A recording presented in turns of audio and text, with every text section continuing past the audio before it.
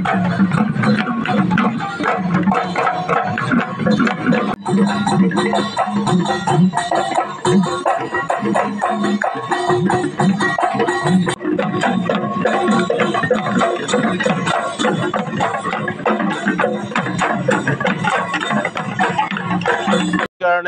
এটা আনন্দৰ খবৰ যে ঢেকিয়াজুলিত কেইবাটাও বিহু আখৰা হৈছে আৰু আজি বিহু শিল্পী সংস্থা ঢেকিয়াজুলি আঞ্চলিক সমিতিৰ উদ্যোগত সপ্তশী লোককলা কৃষ্টি চৰ্চা কেন্দ্ৰ, স্বৰ্গম কলা কেন্দ্ৰ আৰু পাটকাই বাৰেবৰণীয়া সাংস্কৃতিক গোষ্ঠীৰ উদ্যোগত ইয়াত আয়োজিত হৈছে বিহুৰ আখৰা। ইতিমধ্যে বিহুৰ আখৰা মুকলি কৰা হ'ল।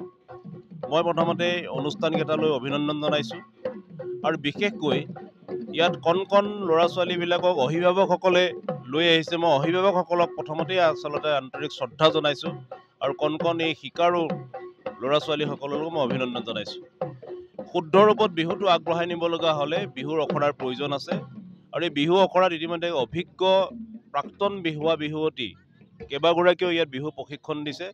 আমি অনুভৱ কৰিছোঁ যে এই প্ৰশিক্ষাৰ্থীসকলে তেওঁলোকৰ পৰা বিহু শুদ্ধ ৰূপত আগবঢ়াই নিয়াৰ ক্ষেত্ৰত তেওঁলোকে কিছু শিকিব আৰু বিহুটো আগবাঢ়ি যাব।